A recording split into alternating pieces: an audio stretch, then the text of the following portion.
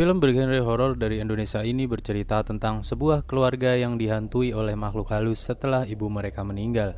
Kami ingatkan kembali kepada kalian semua, apa yang akan kami sampaikan ke depan adalah sebuah spoiler film. Buat kalian yang tidak suka dengan spoiler, silakan skip video ini dan tonton dahulu filmnya secara utuh. Namun jika kalian tidak masalah dengan spoiler, silakan pakai handsetnya, tutup rapat pintu kamarnya, dan mari kita mulai ceritanya.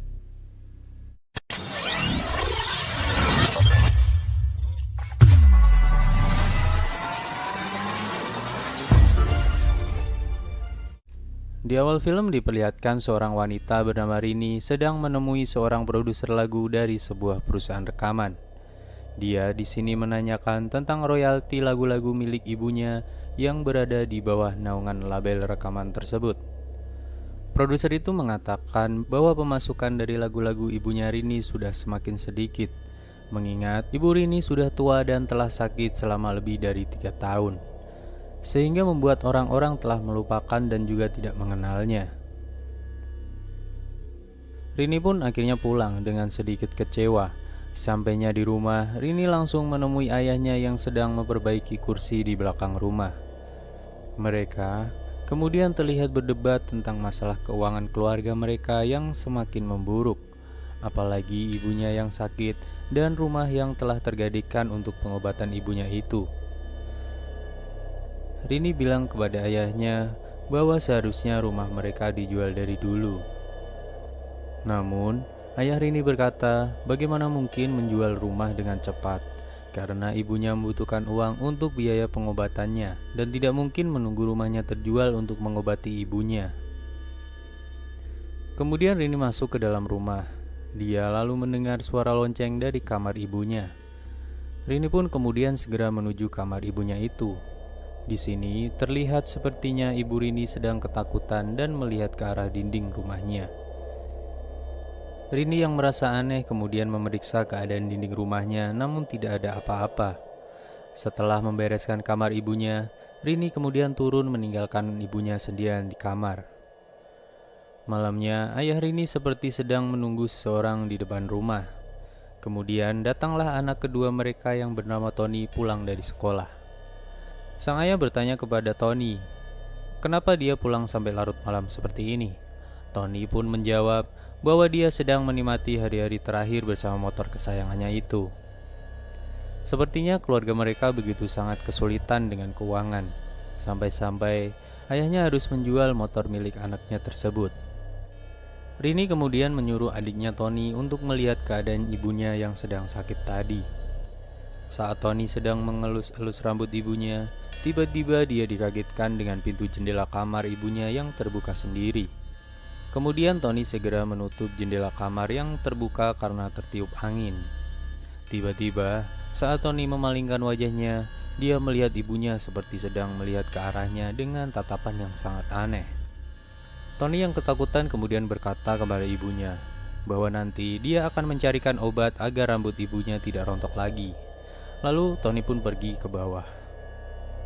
Tengah malamnya saat semua orang telah tertidur lelap, Rini terbangun karena mendengar suara lonceng yang berbunyi dari kamar ibunya. Kemudian, Rini mencoba memeriksa kamar ibunya dan dia melihat ibunya sedang berdiri menatap keluar jendela. Namun saat dia memalingkan wajahnya, dia mendapati ibunya masih terbaring di ranjang. Kemudian Rini pun terbangun. Dengan perasaan yang masih takut, tiba-tiba Rini mendengar suara lonceng kembali dari kamar ibunya. Keadaan ini sama dengan yang dialami Rini saat di dalam mimpinya tadi. Kemudian seperti di mimpinya tadi, Rini kembali ke kamar ibunya untuk memeriksa apa yang sebenarnya telah terjadi. Di sini, Rini melihat ibunya sedang menatap keluar jendela seperti di dalam mimpinya tadi. Lalu, Rini mencoba memanggil ibunya, namun saat Rini menyentuh ibunya itu kemudian terjatuh tak sadarkan diri. Rini kemudian berteriak memanggil ayahnya. Namun setelah diperiksa oleh ayahnya, ternyata nyawa ibunya sudah tidak ada lagi.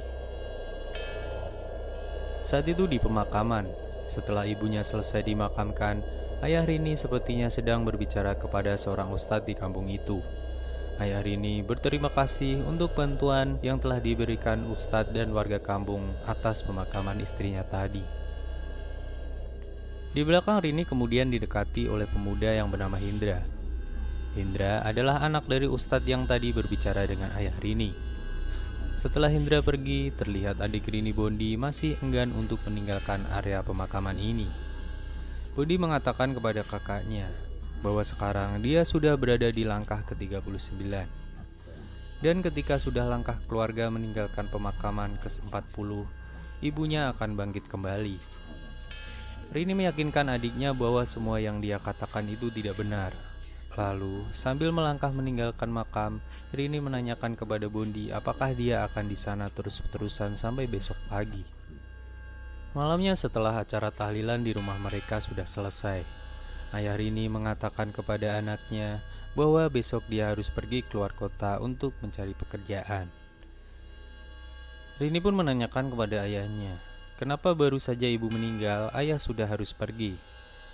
Kemudian dijawab oleh ayahnya bahwa dia harus segera pergi untuk mencari uang karena rumah mereka telah disita dan tidak mungkin lagi menunggu lebih lama lagi. Ayah Rini lalu meyakinkan kepada anaknya bahwa dia akan segera pulang ketika nanti sudah mendapatkan uang. Malam itu, Bondi dan Ian yang tidak bisa tidur melihat keluar jendela kamarnya. Terlihat di sana ada seseorang yang sedang mengawasi rumahnya dan membawa senter. Bondi meyakinkan kepada adiknya bahwa itu adalah penjaga makam dan lalu mengajak adiknya itu untuk tidur. Di kamar lain, Tony yang sedang mendengarkan radio tiba-tiba dikagetkan dengan suara lonceng dari arah kamar ibunya. Kemudian dia memeriksa kamar ibunya dan terlihat lonceng itu bergerak dengan sendirinya. Tony yang kaget lantas segera berlari kembali ke kamarnya. Dengan ketakutan, dia lantas mencoba untuk tidur dengan menutupi seluruh badannya dengan selimut dan bantal. Paginya seperti biasa mereka makan pagi bersama. Bondi terlihat berbicara kepada kakaknya kalau hari ini dia tidak mau berangkat sekolah. Saat Rini sedang mengambil air di sumur karena keran rumahnya mati, terlihat ada sosok makhluk yang menampakkan diri di cermin jendela dapurnya. Namun saat Rini melihatnya kembali, makhluk itu sudah tidak ada lagi di sana. Kemudian Bondi yang tadi pagi mendapatkan sebuah mainan dari kakaknya, terlihat sedang memainkannya di kamarnya. Saat dia sedang asik melihat foto-foto yang ditampilkan, tiba-tiba dia dikagetkan oleh makhluk yang menyerupai ibunya yang sudah meninggal muncul di gambar yang ditampilkan mainan tersebut. Bondi pun langsung melempar mainannya itu. Namun saat dia memeriksanya kembali, gambar sosok makhluk yang menyerupai ibunya sudah tidak ada lagi. Malamnya saat Tony sedang mendengarkan radio, dia dikagetkan dengan suara menyeramkan yang muncul di sampingnya hingga membuat Tony jatuh dari tempat tidur.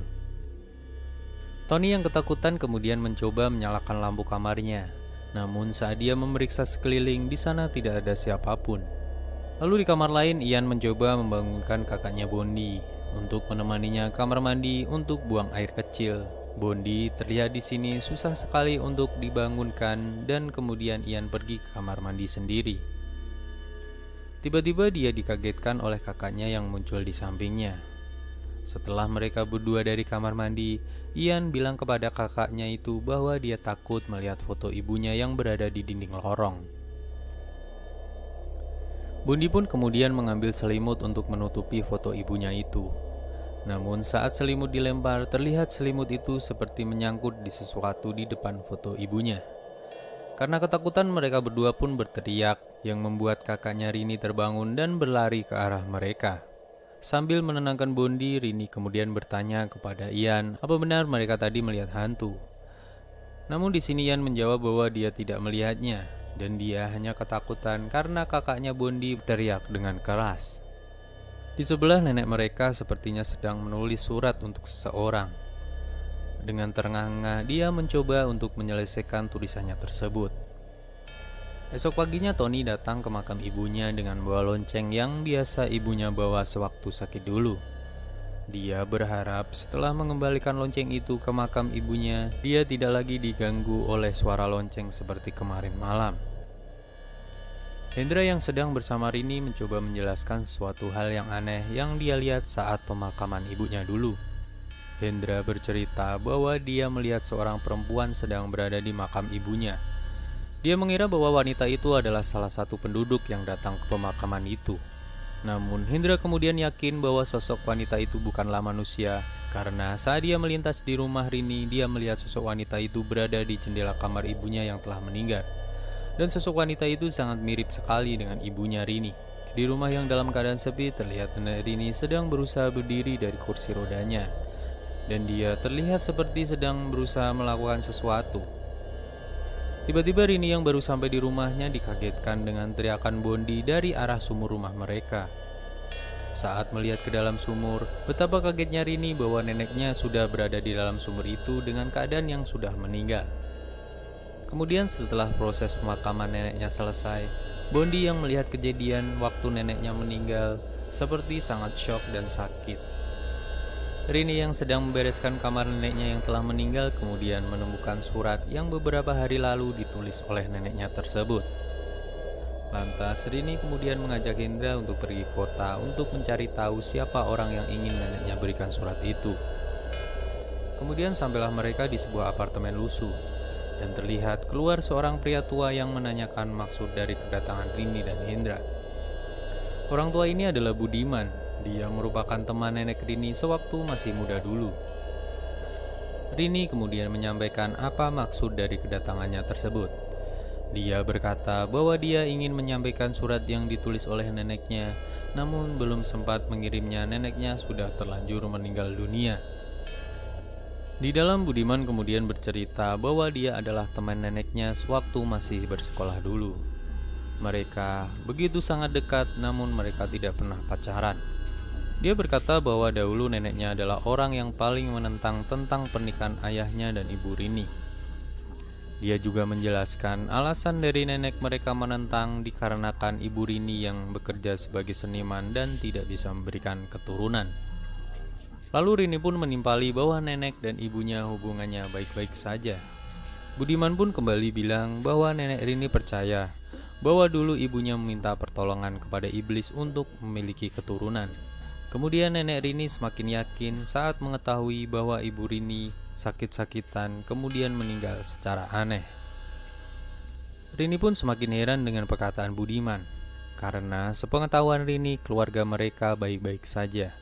Namun Rini mulai berpikir memang setelah ibunya meninggal ada hal-hal aneh yang terjadi di rumah mereka. Saat ingin pulang, Rini dinasihati oleh Budiman.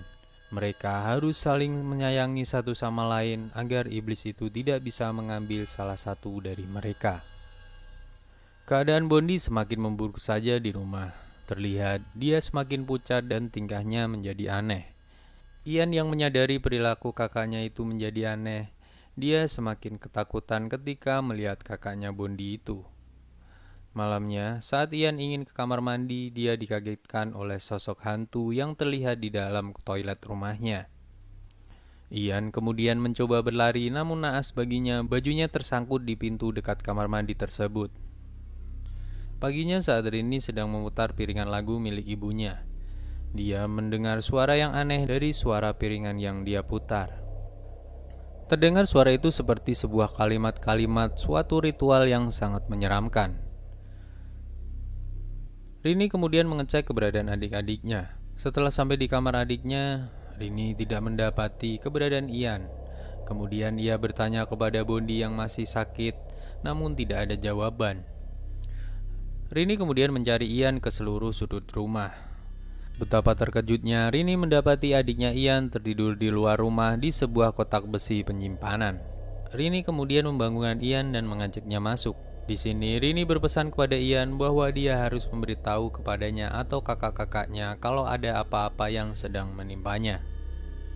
Lalu Tony yang datang dari kamarnya berbicara kepada kakaknya Rini. Dia menjelaskan bahwa di majalah misteri yang dia baca menceritakan sebuah sekte kesuburan. Sekte ini menyasar kepada mereka yang tidak bisa memiliki keturunan. Dia lalu curiga kalau dulu ibunya masuk ke sekte tersebut. Kemudian dia menerangkan bahwa sekte ini memiliki syarat, yaitu anak yang terakhir nanti akan diambil oleh sekte tersebut setelah umurnya 7 tahun. Dan di sini adik mereka Ian 3 hari lagi akan berulang tahun ke-7. Melihat kakaknya Rini yang belum percaya dengan omongannya, Tony kemudian memperlihatkan sebuah foto lama dari keluarga mereka. Dia mengatakan bahwa dulu ketika dia ikut ibunya untuk sebuah acara, orang-orang aneh ini selalu ada di sekitar ibu mereka. Rini kemudian bertanya kepada Tony, bagaimana cara sekte itu untuk mengambil anak terakhir dari anggota yang ikut sekte itu. Tony pun bilang menurut isi buku misteri itu, disebutkan bahwa nanti anak terakhir akan dijemput oleh mayat hidup. Kemudian Ian datang dan berkata bahwa dirinya lapar.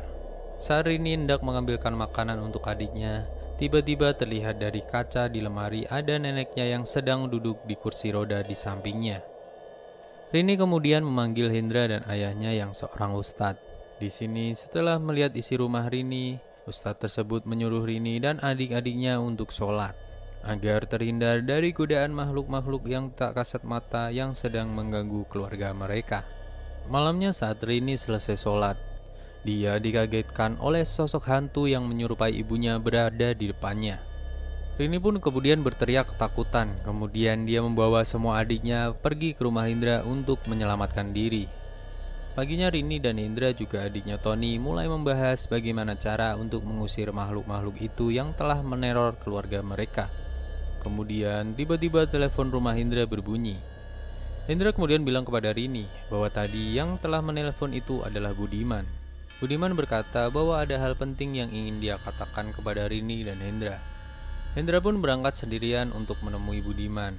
Sampainya di rumah Budiman, Hendra diberikan sesuatu oleh Budiman dan mengatakan bahwa kalau surat ini tidak sampai segera ke tangan Rini, semua akan menjadi terlambat.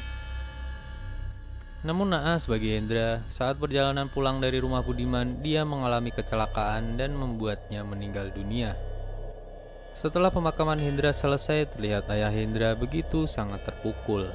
Malamnya, saat Rini sedang di meja makan, dia merasa ada sesuatu yang aneh yang terjadi di sekitar rumah ini. Rini lalu melihat keluar jendela. Dia kemudian melihat ada yang sedang mengawasi rumah kediaman ustadz tersebut. Kemudian saat dia hendak mengunci jendela, tiba-tiba tangannya seperti ditarik oleh seseorang dari luar. Lalu Rini berteriak dan adik-adiknya pun datang mencoba menolong kakaknya tersebut. Setelah itu mereka bertiga berlari ke depan rumah dan dikagetkan dengan kedatangan ayahnya di sana. Ayah Rini kemudian mengajak mereka semua pulang kembali ke rumah mereka sendiri. Di rumah terlihat ayah Rini menangis sambil memeluk foto dari istrinya. Dia kemudian bilang kepada anak-anaknya untuk berkemas karena besok ayahnya akan mengajak mereka untuk pergi ke kota semua. Rini yang belum tertidur kemudian menemui ayahnya yang sedang di kamar ibunya. Dia bertanya apa yang dikatakan ayahnya kepada ibunya saat malam sebelum ibunya meninggal itu. Tony yang sedang mengantar Ian untuk buang air kecil kemudian dikagetkan dengan pintu kamar mandi yang tertutup sendiri. Tony kemudian berteriak memanggil ayah dan juga kakaknya Rini. Kemudian ayahnya mendobrak pintu kamar mandi itu dan terlihat Ian ditarik ke dalam sumur rumah mereka oleh hantu-hantu yang sedang mengganggu mereka. Kemudian ayah Rini masuk ke sumur itu untuk mencari Ian. Setelah menemukannya, mereka melihat ke arah pintu luar dan terlihat banyak orang-orang aneh yang sedang mengelilingi rumah mereka. Rini kemudian keluar dan berteriak menyuruh orang-orang itu untuk pergi dari rumah mereka. Kemudian, saat mereka sedang di ruang tamu, terlihat kursi roda milik neneknya bergerak kemudian terbang ke arah mereka. Keadaan semakin mencekam saat mereka mendapati perabotan-perabotan rumah mulai berterbangan ke sana kemari. Rini, Tony, dan juga ayahnya kemudian terseret dan terjebak di kamar dan tidak bisa keluar. Terlihat Ian seperti melayang dan akan ditangkap oleh hantu-hantu tersebut.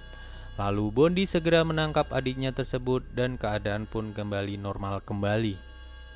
Ayah Rini kemudian berlari keluar rumah. Dia kemudian berteriak kepada orang-orang yang sedang mengelilingi rumahnya bahwa mereka tidak akan pernah bisa mengambil salah satu dari anak-anaknya. Terlihat orang-orang tadi kemudian seperti melepaskan sesuatu dari tangan mereka.